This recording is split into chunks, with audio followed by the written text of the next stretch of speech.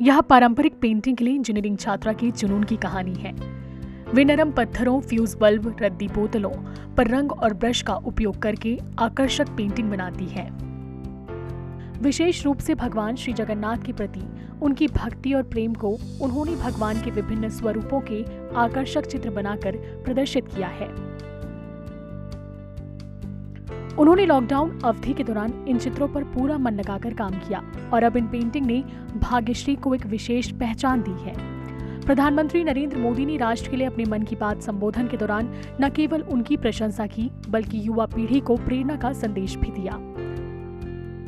ओडिशा के राउरकेला की भाग्यश्री साहू को देख लीजिए। वैसे तो वो इंजीनियरिंग की छात्रा है, लेकिन पिछले कुछ महीनों में उन्होंने पट्टचित्र कला को सीखना शुरू किया और उसमें निपुणता हासिल कर ली है। लेकिन क्या आप जानते हैं कि उन्होंने पेंट कहाँ किया? सॉफ्ट स्टोन्स पर। प्रधानमंत्री द्वारा देश को संबोधित करने के बाद पूरे देश ने ओडिशा की पारंपरिक संस्कृति पट्टचित्र के माध्यम से भाग्यश्री की प्रतिभा को देखा।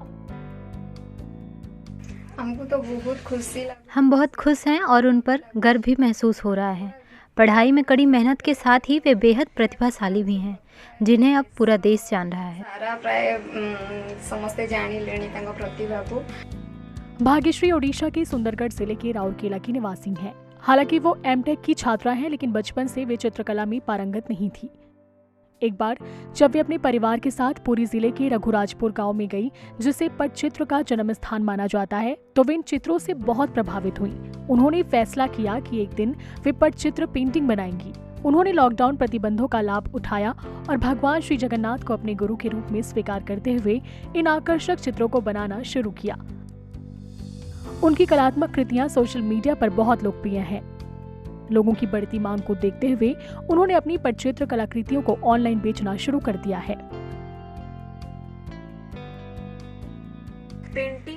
मैंने कभी किसी से पेंटिंग नहीं सीखी। बचपन से मेरा यही जुनून था। मैंने कुछ समय इसे करने में बिताया। बाद में जब मुझे पट्टचित्र के बारे में पता चला तो मैंने सोचा कि इसे भी किसी दिन आजमाया जाए। लॉकडाउन अवधि के दौरान जब मेरे पास काफी समय बचा था, तब मैंने अपना ध्यान उस पर दिया। जब मेरा पट्टचित्र प्रधानमंत्री नरेंद्र मोदी के पास पहुंचा और उन्होंने मेरा नाम मन की बात में लिया, तब मुझे अलग अलग लोगों से काफी प्रशंसा भी मिली है। मैं इसके लिए मोदी जी को धन्यवाद और शुभकामनाएं देती हूँ।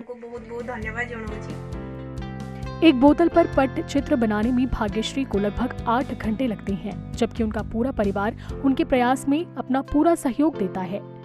वे अपने काम में बहुत सावधानी बरतती हैं। भाग्यश्री का कहना है कि किसी को कुछ नया करने के लिए समय नहीं देना पड़ता है। यह सब अपने आप समायोजित हो जाता है। नॉर्मल एक्रिलिक कलर विशेष रूप से मैं अपने पट्टचित्र में एक्रिलिक रंग का उपयोग करती हूँ। इसमें पारंपरिक रूप से प्राकृतिक रंगों का उपयोग किया जाता है, लेकिन मैं इसे स्थायी बनाने के लिए अपने चित्रों में वार्निश का उपयोग करती हूँ। सूखने में थोड़ा समय लगता है, लेकिन ये फीका नहीं पड़ता। बचपन से मुझे अपने जुनून के लिए बहुत समर्थन मिला है। आपकी पढ़ाई के साथ साथ पाठ्येतर गतिविधियों में थोड़ा सा योगदान आवश्यक है।